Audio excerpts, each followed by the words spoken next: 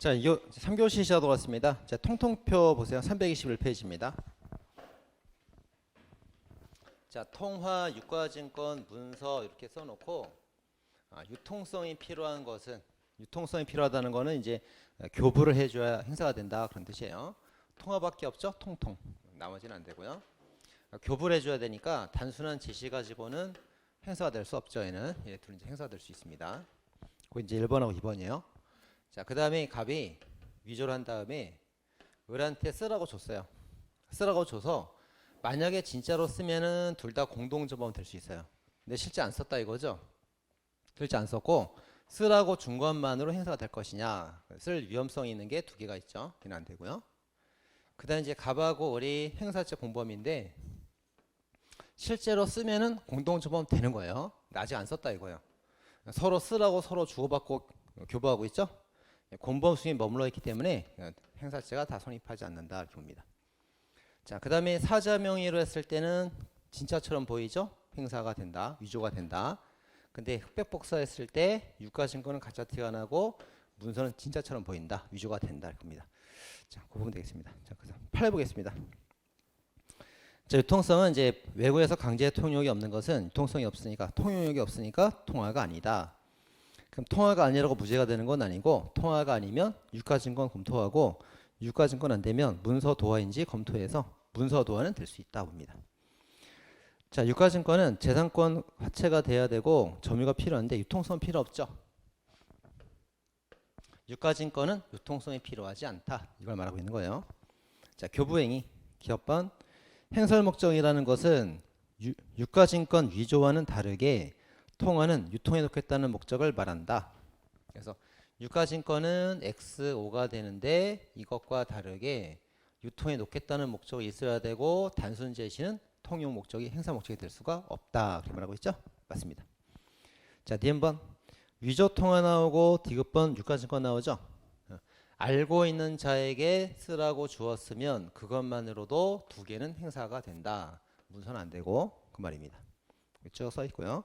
자, 공범끼리 주고받으면 아직 공범 수중에 머물러 있기 때문에 행사가 되는 것은 아무것도 없다. 이런 말이 써 있죠. 자, 됐습니다. 그 다음에 이제 마지막 미음번. 자, 허위 작성된 유가증권을 피교부자가 유통한다는 점을 인식하고 주었는데 행사죄에 해당하게 되고 행사 의사가 분명한 자에 교부했다면 그가 행사한 경우에 공동전범 성립한다. 이건 뭐예요? 쓰라고 줘서 진짜 썼다 이거죠. 진짜 쓰면 둘 다 행사죄 공동전범 성립할 수 있다 그 말입니다. 자, 다음 페이지 복사행위. 자, 약속음을 복사하는 거는 위조가 되지 않는다.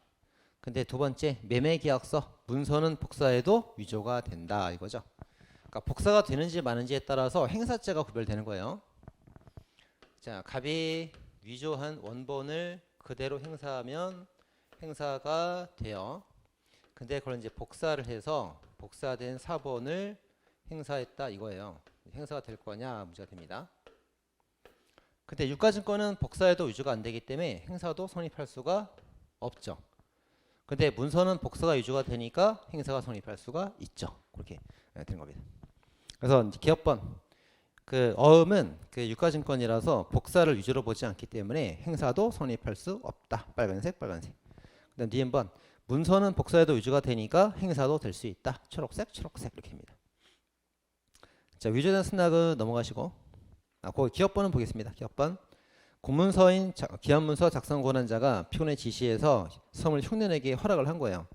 자, 허락받고 했을 때 양해를 구한 거죠. 그래서 위법성이 아니고 구성요건 해당성이 조각됩니다. 위법성은 틀린 거예요.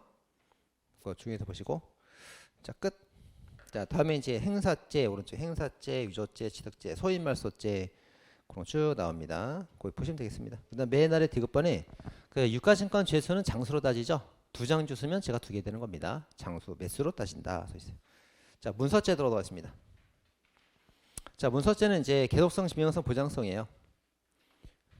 자, 기업번. 자, 문서람은 계속성이 있어야 되고 복사본도 문서로 보호받죠. 주연상의 증거로 쓸 수 있어야 됩니다. 이게 그 증명성이에요. 자, 그리고 그건 이제 복사본에 관한 주가 있네. 그 작년 법행 기출이죠. 요 판례가 이제 89년도 판례예요. 87년도에 그 복사 문서가 문서다 인정이 됐던 87년도 판례가 전압 판례가 있어요. 전압 판례입니다. 근데 판례가 나온 다음에 1995년도에 법이 신설됐어요. 그 신설된 법이 위에 써 있죠? 237조의 2. 복사 문서의 문서성. 이제 법이 개정됐습니다. 자, 따라서 이제 지금 그 작년 법행 기출 어떻게 나왔어요? 자, 복사된 문서도 문서로 보느냐? 맞다. 판례에 따라서 형법 조문에 따라서 판례가 아니고 신설됐으니까 조문에 따라서 문서로 본다가 맞는 거죠. 그렇게 출제가 됐습니다. 작년에. 이제 규정이 신설됐단 말이에요. 자, 다음 컴퓨터 모니터면 이미지나 파일 이런 것들은 컴퓨터 전원성 뽑아버리면 싹 없어져 버리죠. 그래서 계속성이 없으므로 문서가 아니다. 이렇습니다. 자, 증명성에서 이제 권리의무 사실증명 기능이 있어줘야 되고요. 자, 생략문서가 있기도 합니다. 자, 생략문서가 뭐예요? 접수 일부인 이런 거죠. 접수 일부인 인자로 끝났으니까 인장의 일종이에요. 근데 여기 이제 날짜 있고 계속성, 보장성, 명의자 다 있단 말이에요. 그래서 계속성, 증명성, 보장성 다 있으니까 문서도 된다고. 그러니까 인장도 되고 문서도 되면 문서가 우선 적용되죠. 인장 성립하지 않습니다. 자, 이런 걸 생략문서 이렇게 말합니다. 접수 일부인 이런 게 있어요. 자, 그다음에 디귿번 그 명의자가 명시되어 있지 않다 하더라도 누가 명의자인지 알 수 있으면 된다. 가수 B. 가명을 써도 누군지 알잖아요, 우리가. 그럼 명의자가 있는 거예요. 자, 그다음에 가로 2번. 자, 문서에서 작성 명인이 명시돼도 되고 알 수 있으면 된다. 같은 말이고요. 자, 1번. 명의자가 꼭 살아 있어야 될 필요 없죠. 실제하지 않는 허문이거나 작성 일자 전에 죽었거나 상관없습니다. 그리고 법인 또는 단체도 상관없어요. 자, 이건 이제 옛날 판례가 전압으로 바뀌었죠. 자, 옛날에 이제 사자나 허무인 명의가 있을 때 공문서, 사문서가 있으면 공문서는 위조가 되고 사문서는 위조가 안 된다. 이제 생존 중 날짜로 썼을 때 한해서 위조가 된다. 이게 옛날 판례 입장이었어요. 근데 판례가 현재는 어떻게 바뀌었습니까? 이것도 원칙적으로 위조가 되고 이것도 원칙 위조가 된다. 이렇게 바뀌었죠. 예외적 위조가 된다 하면 틀린 말이에요. 무조건 위조가 된다 바뀌었습니다. 그게 판례예요. 판례.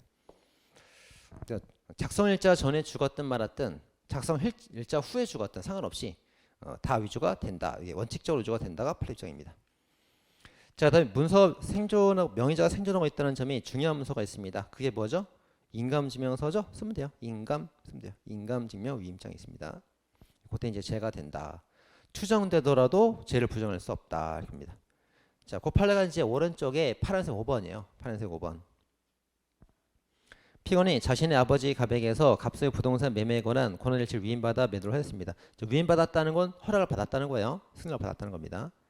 자, 그런데 갑이 사망하자 생활 목적으로 인감증명 발급을 위임한다는 취지의 인감증명 위임장을 쓴 거예요. 그래서 위조죄가 성립을 한다 이렇게 봤죠. 자, 이제 이거 한번 정리한 적 있죠? 자, 갑이 A의 명의의 문서를 작성했는데 A가 죽은 사람이다. 죽은 사람 이름을 써도 죄가 된다.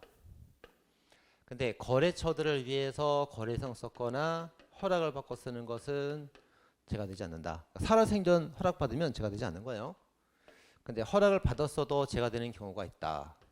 명의자가 살아있다는 게 중요한 문서가 있다. 그게 인감증명 위임장이 있다. 이거는 허락 받고 써도 죄가 된다. 맞죠? 정리했던 겁니다. 자, 그겁니다. 그래서 죽었어도 허락 받았어도 그래도 죄가 되는 거예요. 살아있는 사람 명의가 되는 거니까 죄가 됩니다. 자, 이제 파란색 1번부터 보겠습니다. 자, 소인 이건 이제 생략문서죠. 인장과 문서 두 개 다 되면 문서부터 적용됩니다. 그래서 문서로 봅니다. 합의서 문서고요. 호소문 문서고 담배값은 도화입니다. 자, 어떤 제조회사 KTNG가 제조했다는 증명성이 있잖아요. 계속성, 증명성, 보장성 다 있다. 그래서 도화로서 보호된다. 문서와 도화는 똑같은 정도 보호예요. 도화로서 보호가 된다. 자, 공문서와 사문서. 자, 명의자로 따지죠. 공무원 명의는 공문서, 사인 명의는 사문서 이렇게 됩니다. 자, 근데 이제 그 공적 사무를 사인이 수행할 때가 있단 말이에요. 자, 공무원이 있으면 공문서, 사인이 있으면 사문서. 자, 근데 이제 공적인 사무를 사인이 대행해서 하는 경우가 있다 이거죠. 공무수탁 사인. 자, 이럴 때는 이제 법에 따라서 공무원 의제가 되는 경우는 공문서고 단순 계약에 따른 대행은 사문서가 되는데 법에 따라 공무원 의제가 되는 것은 뇌물죄밖에 없다고 그랬죠. 뇌물죄에서만 공무원 의제가 됩니다. 그래서 업무라던가 문서라던가 전부 다 계약에 따른 대행으로서 사문서로 취급합니다. 싹 다 사문서예요. 자, 그런 말이 써 있죠. 기업번. 자, 공무소 공무원이 하면 공문서가 되는데 공무원 공무소 아닌 자가 법에 따라서 법 동그라미 공무원 의제가 되면 공문서가 되고 이거 뇌물죄 쓰면 되겠죠? 뇌물죄밖에 없다. 그 다음에 니은번 계약세무 계약에 따른 대행은 전부 다 사문서로 취급한다 이렇게 되어 있습니다. 자, 그래서 공문서로 이제 비교되는 건 이제 사문서는 비교해놨어요. 파란색은 공문서, 초록색은 사문서. 자, 공문서 주선양 총영사관 중국이죠. 선양 지역에 주재한 총영사관, 한국영사관 공무원이에요. 근데 오른쪽 주한 미국 대사관, 한국에 주재한 미국 대사관. 미국 대사관 외국 기관이죠. 이건 사무소란 말이에요. 자, 마찬가지로 홍콩 교통국장 명의 국제운전 면허증이 있습니다. 홍콩에서는 공문서겠죠. 외국 기관 발행이니까 우리나라에서 볼 땐 사문서로 취급됩니다. 자, 다음 칸. 자, 오른쪽에 자, 은행명의 세금 영수증, 계약에 따른 검수 결과 보고서, 대행, 위탁 싹 다 사문서. 다 계약에 따른 대행이에요. 계약에 따른 위탁 대행은 다 사문서. 근데 왼쪽에 비교 판례 있죠? 자, 위임받아 수행한 검사조서, 이것도 위임받았으니까 원칙은 사문서입니다. 사문서인데 지자체장이 결재를 하면서 공문서가 된 거죠. 그거 주의해서 봐야 됩니다. 자, 다음 칸은 이제 뭐예요? 공사 병전 문서죠. 자, 문서가 이렇게 있다. 주치의 적발 보고서가 있다. 이거는 이제 경찰이 쓰는 공문서이다. 근데 운전자 확인란은 사인이 쓰는 날이니까 사문서가 된다. 그래서 공사 병전 문서예요. 근데 여기다 이제 이 갑이 자기 형 A 이름 사인했단 말이에요. 그러면 이게 사문서죄도 되고 사서명 위종죄도 돼요. 두 개 다 되면 요게 먼저 적용되죠. 서명죄 성립하지 않습니다. 자, 근데 만약에 이제 이 경찰관이 쭉 쓰다가 아직 미완성 상태로 문서로 완성이 덜 됐어요. 자, 문서로 완성이 덜 되면 그때 서명죄가 나올 수가 있게 되는 거죠. 이렇게 그렇게 보충적 공개가 됩니다. 자, 그래서 인감증명서는 공문서인데 사용 용도라는 사문서고요. 뭐 교원실 때 조사 카드는 공문서인데 전출제 명단은 사문서고요. 다 그런 것들이에요. 공사 병전문서입니다. 자, 그다음 맨 아래 사서 증서 인증서 뒤에 말에 포인트가 있죠. 인증서는 변호사 자격 10년 이상 되는 공직인들이 하는 거예요. 공문서입니다. 인증된 사서 증서 뒤에 말에 포인트가 있죠. 사인이 있어도 증명한 서류니까 이건 사문서가 됩니다. 자, 다음 페이지. 자, 거기 이제 비교해놨네. 사문서는 초록색, 또 다른 비교는 노란색 해놨어요. 자, 피고인이 음주운전 중에 주치 적발 보고서를 썼는데 운전자 확인란에 남의 이름을 썼어요. 자, 문서로 완성이 되었으니까 사문서에 관한 죄가 성립을 합니다. 근데 2번 피고인이 음주운전 경찰서 조사받으면서 피의자 신문 조서란에 피의자 신문 조서는 경찰관 조사 서류니까 공문서예요. 진술자라는 사문서죠. 그 진술자란에 자기 형 사인을 쭉 한 거예요. 근데 경찰관이 이제 서명 날인을 완료하지 않아서 이게 무효가 됐단 말이에요. 자, 문서죄가 성립하지 않았기 때문에 서명죄가 나올 수 있게 되는 거죠. 그렇게 합니다. 자, 위조죄의 개념. 자, 위조죄가 뭡니까? 이사, 위패백 그렇게 되죠. 자, 형식주의, 실질주의 두 개가 있어요. 표. 형식주의는 남의 이름 쓰는 거예요. 형식을 어기는 거고 실질주의는 내용을 위반하는 거예요. 허위를 쓰는 겁니다. 근데 우리 판례 입장, 형법 입장은 뭡니까? 형식주의를 원칙으로 하죠. 따라서 진실이건 거짓이건 상관없이 남의 이름 쓰면은 무조건 위조죄가 되는 거예요. 자, 실질주의에 따른 내용들은 뭐가 있습니까? 공문서, 진단서는 허위 작성을 벌하죠. 형식을 어기진 않았고 권한이 있는데 내용만 거짓이란 말이에요. 그때 공문서, 진단서 벌하는데 사문서는 벌하지 않습니다. 그래서 쭉 올라가니까 판례론 있잖아요. 자, 문서 위조죄는 문서 작성 명의로 따지는 형식주의로 따진다. 그래서 타인의 명의를 썼다면 그 내용이 진실이건 허위건 상관없이 죄가 나올 수 있다. 있습니다. 자, 이제 위조죄 개념 보겠습니다. 9월의 판례이론. 자, 문제를 풀 때 중요한 내용의 변경을 가하였다 그러면 이렇게 변조로 풀면 돼요. 근데 요거로 인하여 새로운 증명력을 가져왔다 그러면 아예 다른 게 돼버렸다는 거예요. 아예 다른 게. 그래서 위조죄로 푸는 거죠. 이렇게. 그죠? 색깔 다 다르게 해놨죠. 그래서 중요 부분 변경은 변조이나 새로운 증명력 창출됐다 위조로 푸는 거예요. 거기 다 써있네. 주에 다 써있죠. 자, 근데 또 이런 판례가 또 있어. 중요한 내용을 변경해서 새로운 증명력을 가져왔는데 거기다가 동일성이 유지가 된다는 표현이 또 나와요. 그럼 이제 그땐 또 변조로 풉니다. 그러니까 복잡해요. 복잡해. 근데 대개 이제 판례가 요 두 개까지만 시험에 나왔어요. 두 개까지만. 그러다가 이제 최근에 이제 오게 된 판례가 나왔단 말이에요. 요 판례가 나왔습니다. 이게 등기부 등본 사건이요. 등기부 등본 사건. 네, 그때 이제 동일성 유지가 되면 변조가 된다. 이렇게 나왔어요. 거기다 쓰요. 등기부 등본 쓰면 되겠죠. 동일성 유지하면 변조가 된다. 그 옆에다가 등기부 등본 쓰면 됩니다. 이제 곧 배웁니다. 바로 옆에 있어요. 바로 옆에 초록색으로 돼 있어요. 초록색으로. 자, 곧 배울 거고. 그다음에 니은번. 자, 변조가 되려면 외관이 그럴듯하게 오신할 정도가 돼야 됩니다. 그다음 디귿번. 자, 문서 원본이 중요하대요. 신분증 같은 거 원본이 되게 중요하잖아요. 신분증. 자, 원본이 중요한 신분증 같은 경우에 복사된 것을 쓰면은 죄가 되는 거예요. 진짜처럼 쓰면 죄가 되는 겁니다. 꼭 원본이 중요하면 원본 써야 돼요. 사본 쓰면 안 됩니다. 그다음 리얼번. 자, 권한이 없다 위조되죠. 권한이 있긴 있는데 초과했다 그러면 그것도 권한이 없는 겁니다. 그 위임의 취지에 반했다 이것도 권한이 없는 거죠. 그래서 권한 없다, 권한 초과했다, 위임 취지에 반했다 다 권한 없다는 뜻이에요. 따라서 위조가 성립을 합니다. 자, 백지보충하니까 위조죠. 변조가 아니고 이사 위패백 위조가 됩니다. 자, 오른쪽 가명의 사용.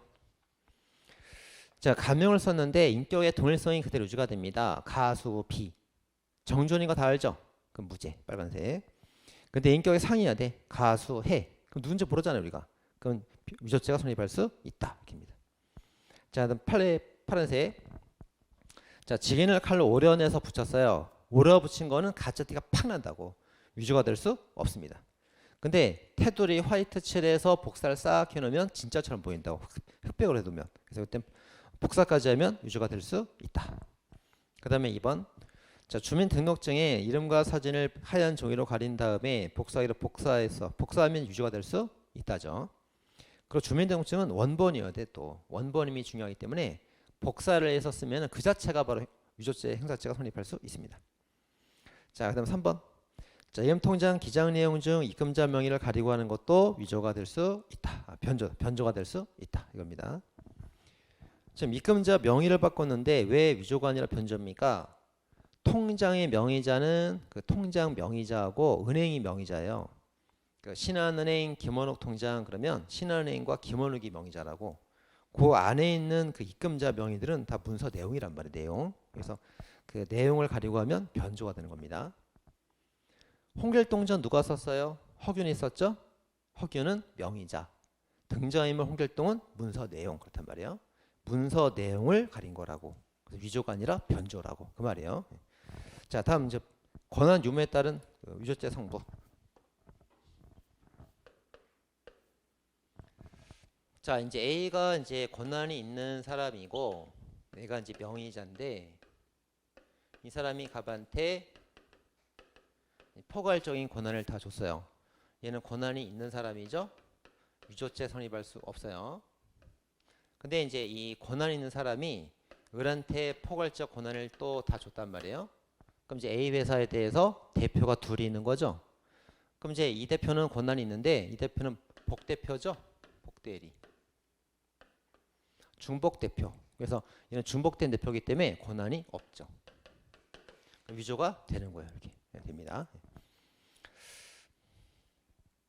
자, 그래서 이제 첫 번째 칸 권한 있는 자가 지위를 남용했다. 남용은 권한을 넘지 않은 거예요. 권한이 있고 문서 명의자로부터 포괄 권한 의미를 받았다. 권한이 있는 겁니다. 그런데 오른쪽 권한 없는 자 권한 초월 위임 취지에 반하여 권한이 없다는 뜻이고요. 자, 그다음 칸. 자, 회사로부터 포괄 권한 위임 받으면 회사 대표로 권한이 있죠. 근데 대표로부터 권한 위임 받으면 얘는 중복된 대표니까 권한이 없단 말이에요. 대표로부터 받은 사람, 회사로부터 받은 사람 잘 구별해야 됩니다. 이게 질문 제일 많아요. 이게 꼭 그 주의해서 보시고. 다만 이제 대표로부터 권한 받았는데 그 구체적 권한 위임 받았단 말이에요. 병이. 대표가 김 과장한테 김 과장 광주 갔다 와. 김 과장 강원도 갔다 와. 구체적 출장 명령을 내렸단 말이에요. 이건 권한이 있는 거지. 일단 말이에요. 그래서 포괄임 받았을 때 대표가 드릴 때 권한이 없다가 됩니다. 자, 이거 잘 주의해서 보시고. 자, 그다음 칸은 이제 뭡니까? 그 권한을 넘었다 말았다 매수죠, 매수. 자, A가 이제 권한을 위임했어요. 권한 위임해갖고 우리 이제 부동산을 사왔는데 실제 1억짜리를 1억 5천에 사기도 하고 5천만 원 사기도 했단 말이에요. 높은 가격이건 낮은 가격이건 다 권한이 있기 때문에 다 제가 되지 않습니다. 자, 근데 얘가 이제 그 매수 권한을 줄 때 1억 한도 내에서 사와라. 금액을 특정해서 권한을 줬단 말이에요. 자, 근데 1억 5천이면 권한 넘어간 거잖아요. 제가 되고 0.5천만 원이면 권한 내에서 산 거잖아요. 제가 안 되겠죠. 이렇게. 요거 나눠서 봐야 됩니다.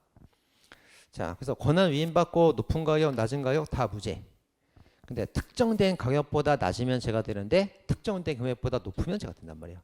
그냥 단순 권한 위임, 특정된 권한 위임. 다르죠, 두 개가? 잘 구별해서 보시겠습니다. 자, 다음에 이제 신탁자, 수탁자는 이제 사유지할 때 우리가 배웠었죠? 자, 신탁자가 수탁자 을의 이름을 써서 계약을 했다. 자, 수탁자 을이 자기 이름을 써서 계약을 체결했다. 그럼 자기가 자기 이름 쓴 건 유죄가 될 리가 없잖아요. 근데 신탁자가 수탁자 이름 쓴 게 문제가 되는데 명의대여 확정이 때문에 원래 유죄가 성립하지 않습니다. 다만 얘가 이제 명의대여를 반대하고 처리한 다음에 썼다면 유죄가 될 수 있겠죠. 사유지할 때 배웠던 겁니다. 그래서 신탁자가 수탁자 이름 써도 괜찮아요 원래. 근데 그 명의대여를 처리한 다음에 쓰면 죄가 되는 거죠. 자, 교회 목사님은 교회 대표이기 때문에 교회 명의로 문서를 써도 괜찮아요. 근데 탈퇴한 다음에는 권한이 없어졌죠. 쓰면 안 된다 봅니다. 그다음 이제 고단 권한, 연대보증과 차주는 동일한 그 권한이기 때문에 그 아빠한테 해서 아빠가 연대보증 사줄게 했는데 아빠를 차주로 기재해도 같은 거예요. 연대보증이 연대책임이라서 책임 같으니까 아빠를 차주로 써도 괜찮은 겁니다. 자, 그다음에 세금 계산서는 공급자가 명의자고 등기 확인서면은 법무사가 명의자예요. 자기 명의 문서이기 때문에 유죄가 나올 수 없죠. 그렇게입니다. 자기 명의 문서. 자, 다음 페이지. 자, 권한 유무에 따른 유조죄 선임 여부. 자, 기업번 권한 있는 사람이 자격을 남용하였다. 자, 남용이라는 거는 이제 부당하긴 하지만 권한을 넘어간 건 아니죠. 권한이 있다는 겁니다. 자, 권한이 있기 때문에 유조죄는 절대로 성립할 수가 없어요. 자, 다만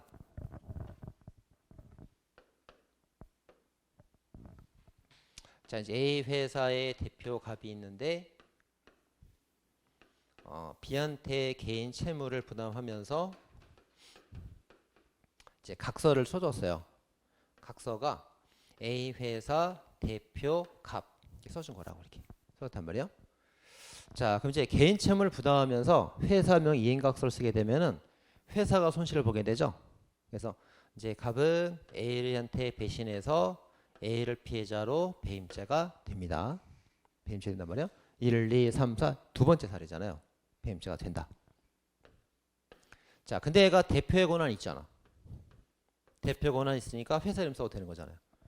근데 이런 배임이 남용이라고, 남용. 대표가 남용이라고, 배임이라고, 배임.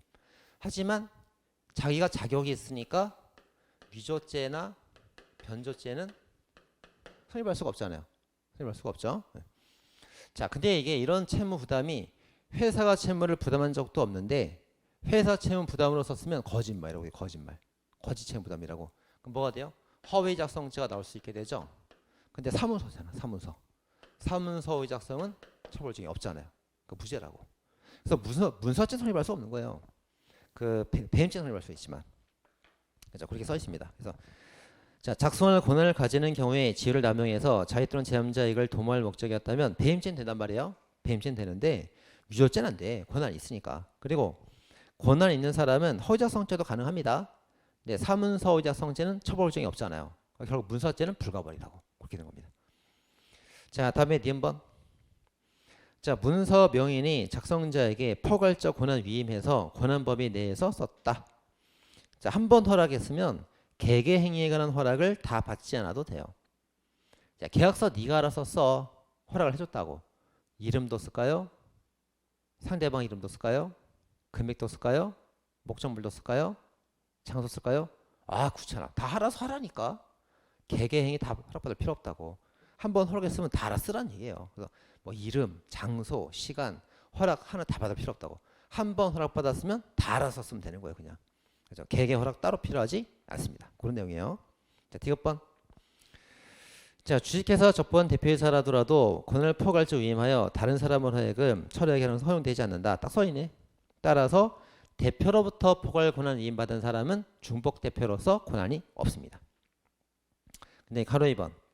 이제 대표로부터 구체적 권한 위임받으면 권한이 있지. 그죠? 김과장한테 일을 시켰을 때, 구체적으로 출장하라고 시켰을 때, 그때 권한이 있단 말이에요. 자, 그래서 이제 9월에 3번이 작년 이제 간부 기출입니다. 작년 기출 보겠습니다. 자, A 회사의 대표이사 갑이 있고 B 회사 대표 을이 있어요. 근데 이렇게 포괄 권한을 이렇게 준 거예요. 그죠? 자, 그래서 이제 이 갑이 문서를 썼겠지.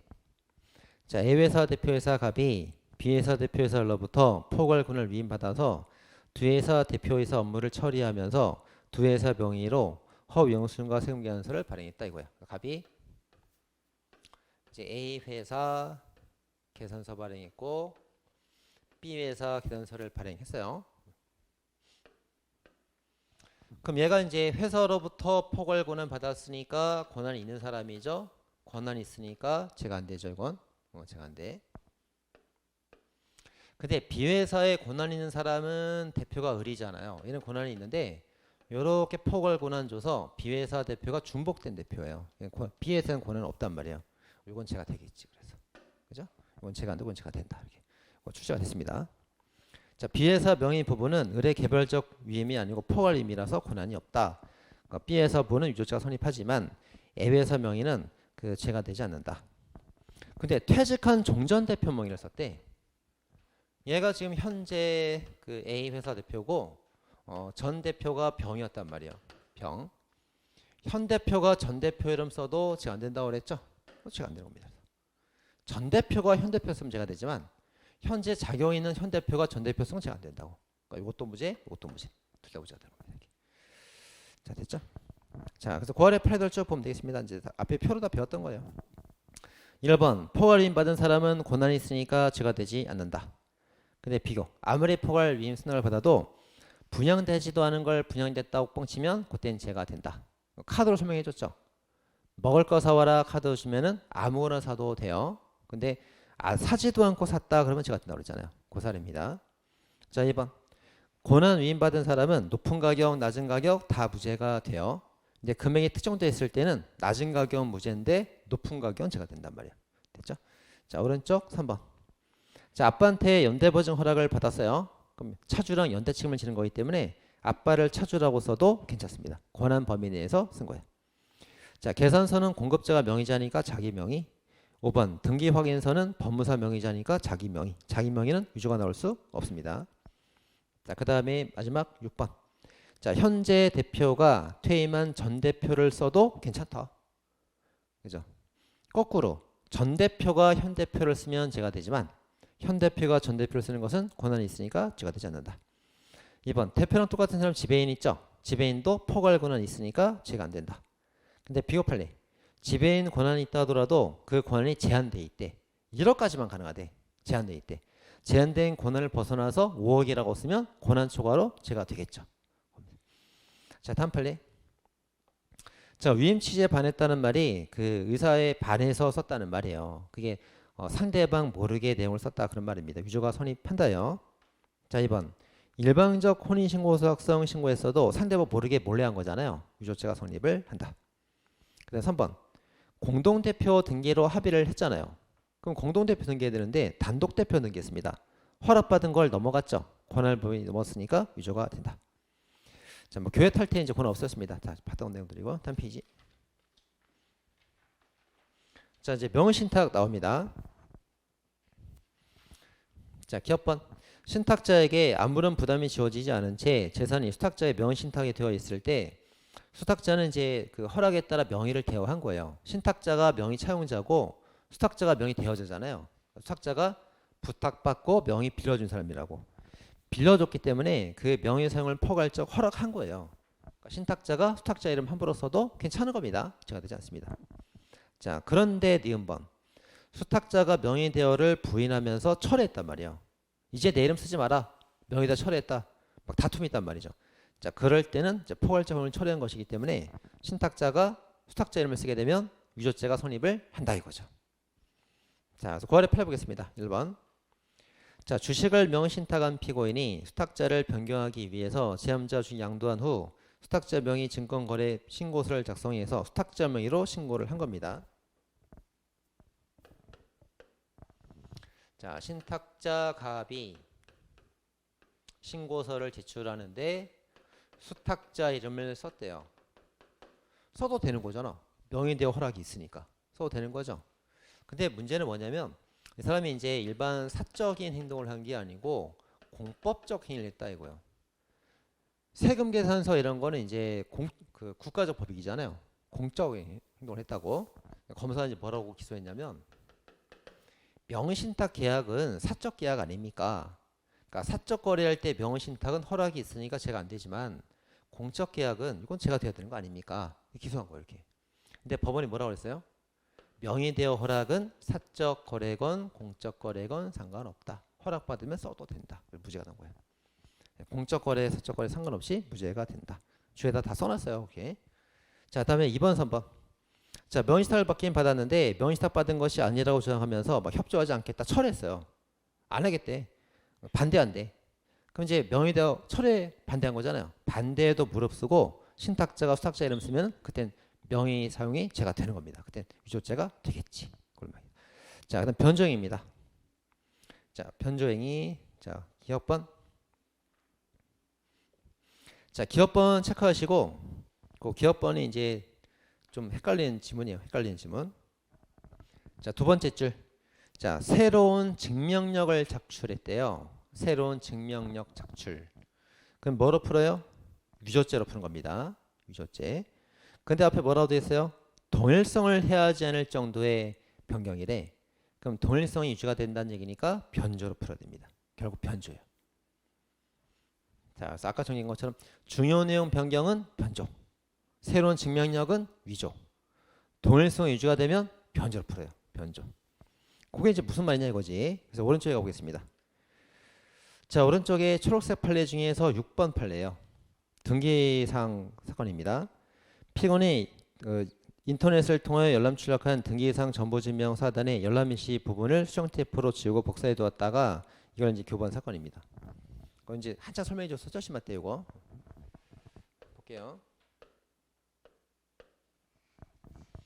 자, 등기사항 열람이 있는데 등기부 등본. 이제 이거 이제 인터넷에서 뽑을 수 있단 말이에요. 뽑았습니다. 그래서 이건 이제 그 명의자가 누구예요? 등기소. 서울시 동작 등기소. 여기서 나온 무슨 말이야? 그래서 이제 날짜가 뭐 소유권, 전세권, 저당권 이렇게 등기부에 공시가 돼 있어요. 그다음에 여기 이제 증명 날짜 일시 2023년 5월 17일 이렇게 돼 있단 말이에요. 이렇게. 자, 근데 이제 이 사람이 요거를 이제 그렇게 딱 화이트로 칠해가지고 복사한 다음에 5월 23일 이렇게 바꿨었다는 거잖아요. 이렇게. 그죠? 바꿨었다는 거예요. 첫 번째. 날짜가 중요합니까? 중요한 내용이야. 중요한 내용. 중요한 내용 변경. 변조죠. 그 다음에 증명력이 새롭습니까? 새롭지. 새로운 증명력이지. 날짜가 증명이 바뀌었잖아. 위조. 근데 이제 이게 동일성이 바뀌었어요? 동일성 유지가 된단 말이에요. 동일성 유지가 되니까 변조 되는 거죠. 그럼 이제 증명력이 새로워졌을 때 동일성이 바뀌면 위조가 되는 거고 동일성이 바뀌지 않으면 변조가 되는 건데 판례는 이제 어떻게 나눠서 본 거예요? 자, 이 동일성이라는 게 명의자가 바뀔 정도면 동일성이 확 바뀐단 말이에요. 그러면 그 정도 증명력이면 이름이 바뀔 정도 새로운 증명력이면 위조가 된다. 근데 이름은 똑같지 않냐? 이름은. 그러니까 동일성 유지가 되는 한도 내에서 여기 증명령만 바뀌지 않았느냐. 그래서 새로운 증명령이라 하더라도 변조로 보는 게 맞다. 이렇게 본 거예요. 변조. 그죠? 입니다.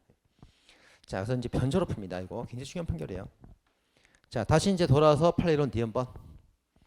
자, 행사 목적 미필 정식 충분하고요. D번. 항상 이제 승낙이 있었냐 없었냐는 이제 행위 당시입니다. 변조 당시에 승낙이 없으면 유죄. 뭐 결과적으로 뭐 누구한테 합치가 됐건 말았건 건 나중 일인 겁니다. 행위 당시에 승낙이 있냐 없냐로 평가하는 거죠. 자, 그다음 리얼번. 자, 추정적 승낙이에요. 자, 승낙을 추정할 때는 어떻게? 객관적 사정으로 추정합니다. 주관적 기대한 예측만 갖고는 추정이 될 수가 없죠. 객관적 추정을 하게 됩니다. 자, 됐고요.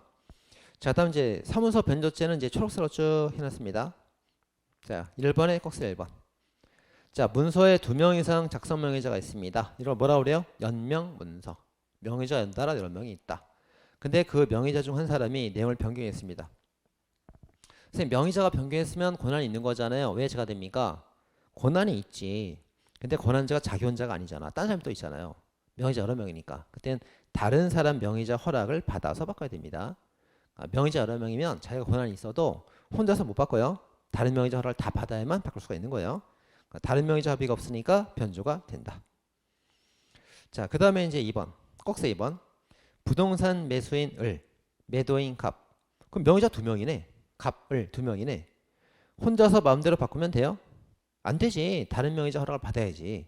근데 권한도 없고 답이 써있네. 권한이 없다고. 권한 없이 갑필해서 덧붙여 덧글을 썼으니까 죄가 된다. 자, 2번. 자, 6개월 분할 납입 3개월을 6개월로 숫자 하나 바꿨습니다. 3자, 6자, 숫자 변경 고친 거죠? 변조. 자, 3번. 투표지 대장 17번 란에 피고인 자기 이름을 썼어요. 선생님, 이름 쓰면 위조입니까? 아니, 문서 내용이라고. 문서 내용. 그래서 변조가 됩니다. 자, 4번. 보증 금액을 뭐 1,000만 원을 지우고 3,000만 원 고쳐 썼습니다. 변조. 자, 그다음 5번. 자, 사립학교 법인 이사가 이제 회의록, 이사회 회의록 명의자예요. 권한이 있는 사람이라고. 이사장이 권한자라고. 근데 작성권자인 이사장이 그 고쳐 삭제했습니다. 왜 제가 돼요? 권한이 있더라도 이사들이 쓰는 날을 고치면 안 되는 거잖아요. 근데 거기를 고쳤으니까 거긴 권한이 없다. 이렇게 본 거죠. 자, 이사회의록. 이사장이 전체 문서 권한이 있는 사람이에요. 그러니까 자기 마음대로 고칠 수 있다고. 권한이 있다고. 근데 지금 얘가 고친 건 어디입니까? 이사가 쓰는 날이죠? 이사. 이렇게. 이사가 쓰는 날이에요. 이사. 그죠? 얘가 이제 전체 권한이 있긴 하지만 이사가 쓴 부분을 고칠 권한은 없잖아요. 얘한테 허락을 맡아야지. 명의자 둘인데. 그래서 허락 없이 고쳤으니까 변조가 된다. 자, 그런 내용입니다. 자, 그럼 거래 이제 그 사문서 변조죄 부정. 자, 박진우라고 가명을 썼는데 일상 거래상 써오던 가명이래. 그럼 죄가 되지 않습니다. 자, 그다음 2번. 자, 갑은 을과 병의 부탁으로 이렇게 돼 있죠. 자, 갑은 을과 병의 부탁, 허락을 받았어요. 근데 문서에다 뭐라고 썼어요? 을의 대리인 갑 이렇게 쓴 거예요. 그러니까 정이 이제 여기다 병도 좀 써줘라 이렇게 부탁을 해가지고 병이라고 이제 추가 덧기재를 한 거죠. 이렇게. 자, 덧기재했지만 제가 되지 않습니다. 왜? 병도 허락했잖아 여기. 그죠? 허락했으니까 제가 안 되겠죠. 자, 을과 병의 부탁을 받고 허락을 받았대. 근데 처음에 을을 대리한다 썼는데 정의 요구대로 병을 써줬대요. 병도 허락했잖아. 첫째 줄 나오잖아요. 그러니까 제가 되지 않는다. 병도 허락을 했다. 이겁니다. 자, 그런 내용이고요. 다음 페이지. 자, 재수 판단. 자, 유가증권은 장수로 따지는데 문서는 명의자 수로 따지죠. 그래서 연명 문서 한 번에 위조하면 상상적 경합번. 한 번의 위조로 여러 자 명의자를 침해했단 말이에요. 1타 3피 상상적 경합번. 자, 위조죄 행사죄는 실적 경합범이죠. 근데 위조와 배임죄가 상경, 행사와 배임죄가 상경 그렇게 됐습니다. 자, 다음에 9월에 공문서. 자, 국립병원 원장 명의는 이제 공문서입니다. 자, 면장 결제 없이 공문서 위조, 위임 취지에 반하여 공문서 위조, 결제를 받지 않고 권한 없이 자기가 마음대로 쓰면 위조가 됩니다. 결제를 받아서 뭐가 돼요? 결제를 받아서 권한 있는 사람의 손을 통해 넣으면 뭐가 돼요? 허위 작성. 근데 결제가 없잖아 지금. 권한 없는 자가 만든 거잖아요. 그럼 위조 이렇게입니다. 결제 없이 위조. 자, 종량이제 쓰레기봉투는 공문서입니다. 그 위조에서 제가 됐고, 그다음 필름 제조에 그친 것은 예비 단계에 그쳤다. 인쇄를 돌리지 않았다. 위조 예비가 됐다. 자, 근데 문서 위조 예비는 처벌 규정이 없어요. 그래서 무죄가 됐습니다. 자, 공문서 변조죄. 뭐 시장명이 도면 추가했다, 뭐 추가 게재했다, 변경했다, 단지 위조 변조가 됩니다. 오른쪽. 자, 4번. 자, 공무원이 이미 허위로 작성한 가짜 문서였어요. 가짜 문서를 유조하면 유조가 되지만 가짜를 변조하면 변조죄는 성립하지 않죠. 변조죄는 진정한 원본만을 대상으로 합니다. 무죄가 됩니다. 축소 복사는 뭐 내용 바뀐 게 없이 그냥 복사만 또 작게 했다고. 내용 바뀐 거 없잖아요. 변조 안 됩니다. 자, 작용모형죄. 자, 작용모형죄가 이름은 자기 거, 자격은 남의 거예요. 그래서 이제 기업번, 대표 대리권 있는 것처럼. 그 다음에 남의 자격 쓰면 니은번에 진실한지 아닌지는 상관없죠. 형식주의이기 때문에 타인의 자격을 쓰면은 진실이건 허위이건 내용은 상관하지 않습니다. 뭐 디귿번 작용 모형이 있고 지인 한 명은 제가 안 되고. 자, 미음번하고 비읍번 체크하세요. 미음번, 비읍번. 최신 판례들 둘 다 중요한 판례들이에요.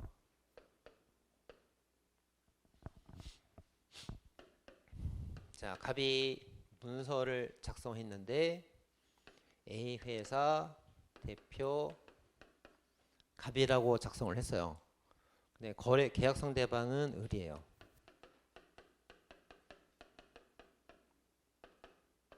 이렇게 을. 그래서 이제 이거를 병에게 보여줬습니다. 행사를 했다고. 그러니까 행사의 상대방. 자, 여기서 이제 갑의 죄가 작용모형죄가 된다. 작용모형죄. 갑에게 작용모형 작성죄가 되는지 문제가 된 사안이에요. 근데 작용모형 작성죄가 되려면 행사 목적이 필요합니다. 행사 목적이 필요하다고. 행사 목적. 그래서 뭐 실제 행사가 될 필요까지는 없고, 하여튼 이제 누군가한테 행사를 목적으로 작용하면 제가 된단 말이에요. 자, 근데 여기서 그 문서죄 행사가 되려면 작용 모형 되어 있다는 것을 모르는 사람한테 행사가 된단 말이에요. 근데 얘도 알고 있어. 너 대표 아니잖아. 가짜인 거 알고 있다고. 작용 모형 알고 있다고. 얘도 알고 있어. 너 대표 아니잖아. 다 알고 있다고. 그죠? 그래서 만약에 이제 얘가 요 문서를 작성해서 이 사람한테 행사하면은 행사죄가 돼요? 안 돼요. 알고 있는 자이기 때문에. 그 다음에 이걸 문서 작성해 갖고 병한테 실제 행사하면 행사가 됩니까? 안 돼요. 알고 있기 때문에. 제가 안 됩니다. 그러니까 알고 있는 자한테는 행사가 절대 될 수가 없어요. 될 수가 없다. 자, 근데 이제 문서 말하는 게 뭐냐면, 근데 그건 진짜 행사할 때 문제고, 진짜 행사할 때는 아는 자에게 행사가 될 수 없고 모르는 자한테 행사가 될 수 있단 말이에요. 실제 행사할 때는. 근데 이 사람이 이제 허위 작성을 당시에 앞으로 누군가한테 행사할 목적이 인정되기 위해서는 이 행사할 목적이 누가 될지 알 수 없는 거잖아요. 그러니까 일반인 모든 사람이 대상이 될 수 있는 거잖아요, 이게. 그렇죠? 그래서 행사 목적이 인정될 수가 있다는 거예요. 그래서 자, 다시. 자, 이 사람이 작용 모형 작성을 할 당시에 행사의 목적이 있어야 제가 되는데, 이때 행사의 목적의 대상은 을일 수도 있고 병일 수도 있고 정일 수도 있고 나일 수도 있고 애기일 수도 있고 큰애기일 수도 있고 누구지 알 수 없잖아. 그러니까 일반인 누구한테 행사할 목적이 인정되면 목적이 인정된다고. 일단 죄가 된다 본 거예요. 자유명죄가 된다 이렇게 본 거고, 그다음에 작성죄가 된 다음에 실제 행사할 때는 알고 있는 사람한테 실제 행사하면 행사가 안 돼. 실제 행사는 모르는 사람한테 해야 되는 겁니다. 이렇게. 자, 그 말이에요. 좀 어렵죠. 그래서 그 어떻게 잘 봐야 됩니다. 자, 비번번.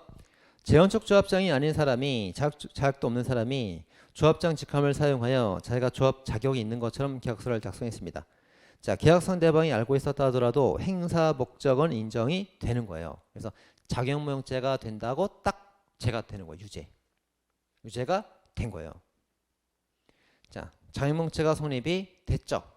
일반인들은 한테 사용할 목적이 있을 수 있으니까 죄가 됐다고.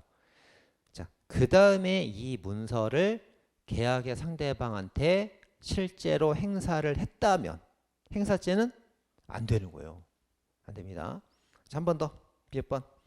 자, 작성자가 행사할 목적으로 누군가한테 일반인 누군가에게 행사할 목적으로 자격모형의 문서를 작성을 했어요.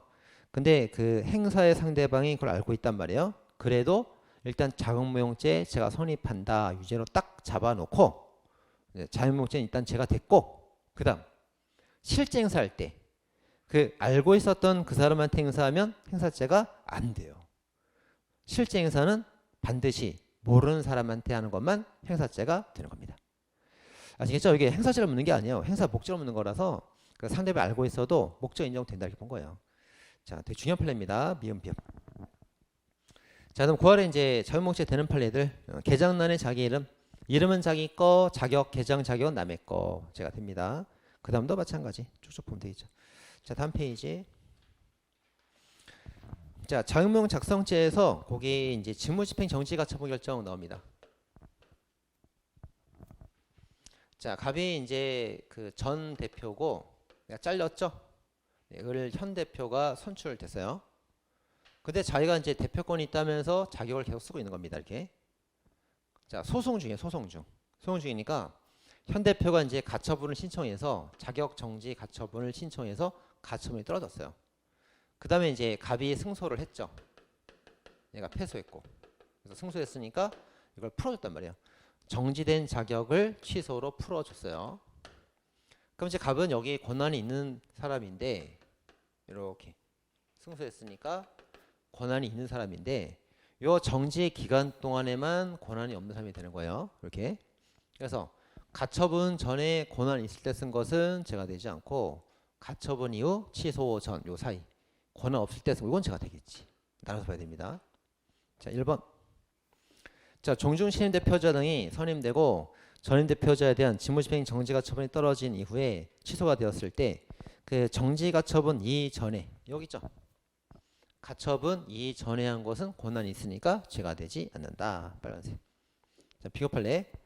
종중 신임 대표자가 선임되고 전임 대표자는 직무집행 정지가처분이 있은 이후에 취소가 되었을 때 신임 대표자 결의가 무효하더라도 전임 대표자가 가처분, 정지가처분 결정 시부터 취소 시 사이에 여기죠. 정지 기간 동안에 쓴 것은 권한 없으니까 죄가 된다. 파란색이다. 이렇게 했습니다. 자, 비교 판례가 이제 2번에 있습니다. 피고인을 대표이사에서 해임하는 주청 결의가 취소되는 판결이 확정이 되었다. 자, 이제 주청에서 이제 갑이 해임이 됐어요. 그럼 권한이 없어진 거죠? 잘랐으니까 해임이 없었다고. 근데 이제 해임 취소 판결이 있었단 말이에요. 그럼 권한이 생겼단 말이지 이렇게. 근데 이 취소는 과거로 소급한단 말이에요. 소급하기 때문에 처음부터 권한이 있었던 게 된다. 죄가 안 된다 이거죠. 그럼 이제 거기 1번하고 2번하고 비교할 때 1번의 취소는 소급표가 없고 2번은 소급표가 있고 그 차이예요. 그 차이인데 외울 필요 없다고 그랬죠. 원칙은 소급표가 없는 것이고 2번 판례 나올 때는 소급하여 회복한다는 말을 꼭 써준다고 그랬습니다. 써주니까 읽어서 푸는 거지 외워서 푸는 거 아니라고 했습니다. 자, 2번. 피고인을 대표이사에서 해임하는 주청 결의를 취소하는 판결 확정이 되는 이상 피고인의 대표이사 자격은 써있잖아. 소급해서 회복이 된대. 권한이 있대. 처음으로 소급해서. 권한이 있으니까 죄가 안 되겠지. 무죄가 된다. 빨간색입니다. 자, 다음 3번. 자, 대주주가 임시의장이 되어 임시주청의 예사록을 작성한 경우 해당 주청 결의가 주 명부상 주 전에 참석해서 저기 전원 참석해서 만장일치로 결의를 다 해줬구나. 그럼 무죄가 되겠네.